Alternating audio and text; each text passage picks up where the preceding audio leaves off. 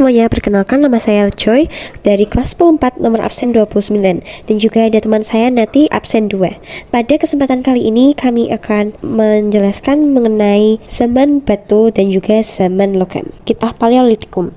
Disebut zaman batu tua karena alat-alat batu buatan manusia masih dikerjakan secara kasar, tidak diasah atau dipolis. Nah, dilihat dari sudut pandang mata pencariannya, periode ini disebut masa pengumpulan makanan atau food gathering. Manusia di zaman batu tua masih hidup secara nomaden atau berpindah-pindah dan belum tahu bercocok tanam. Alat-alat yang dihasilkan ada kapak genggam yang merupakan alat batu tertua yang tidak bertangkai. Lalu ada alat-alat dari tulang binatang atau tanduk rusa dan flakes dari batu kalkedon yang digunakan untuk mengupas makanan.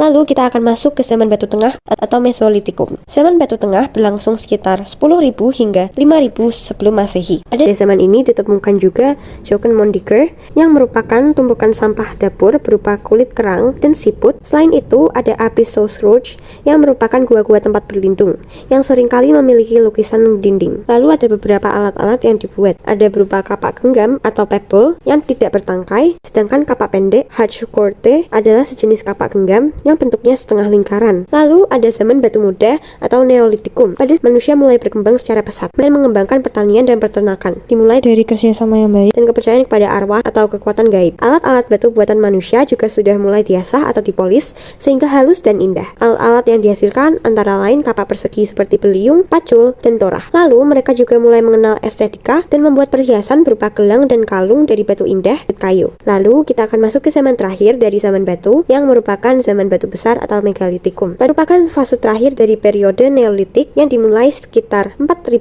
sebelum Masehi hingga 2.500 sebelum Masehi. Ketika manusia mulai meninggalkan cara hidup nomaden dan membangun struktur batu raksasa untuk keperluan ritual, pemakaman atau penanda wilayah. Pada zaman ini sering ditemukan monumen batu besar. Contohnya seperti menhir, ada dolmen yang merupakan batu datar, yang tak kompleks pemakaman seperti Cheiron yang merupakan sebuah tumpukan batu. Lalu pada zaman ini banyak monumen berfungsi sebagai tempat upacara, penanda astronomi maupun makam kolektif. Lalu kita akan melihat beberapa peninggalan dari zaman Megalitikum. Yang pertama ada Stonehenge yang ditemukan di Inggris.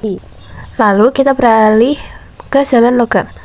Zaman logam dimulai sekitar 3.300 sebelum Masehi hingga 1.200 sebelum Masehi, yang menandai transisi besar manusia dari penggunaan batu menjadi penggunaan logam. Pada periode ini, manusia belajar melebur biji, menggabungkan logam, dan menciptakan alat serta senjata yang jauh lebih kuat dan tahan lama. Perkembangan ini terbagi menjadi 3 fase utama. Yang pertama ada zaman tembaga, yang dimana manusia pertama kali menambang tembaga, kemudian memanaskannya hingga meleleh dan menuangkannya ke dalam cetakan. Alat pertanian, perhiasan, dan senjata sederhana mulai muncul, mempercepat produksi makanan dan memperluas jaringan perdagangan. Lalu yang kedua ada zaman perunggu. Dengan penambahan timah ke tembaga menghasilkan perunggu yang merupakan logam yang lebih keras. Perunggu memungkinkan pembuatan kapak, pedang, patung, serta peralatan ritual. Peradaban Mesir, Mesopotamia, dan kebudayaan lembah Indus mengembangkan teknik pengecoran yang canggih. Lalu ada zaman besi. Zaman ini menghasilkan logam yang lebih kuat dan lebih mudah didapat.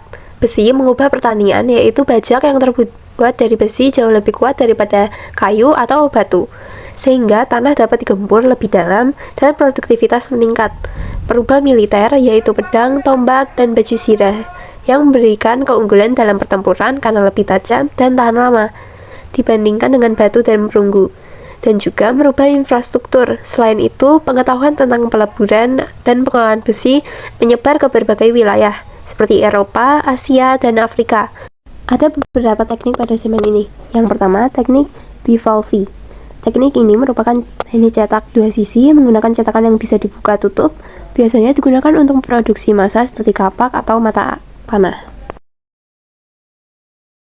Selanjutnya ada teknik Kyer-Berdu atau pembuatan model dari lilin yang kemudian dilapisi tanah liat.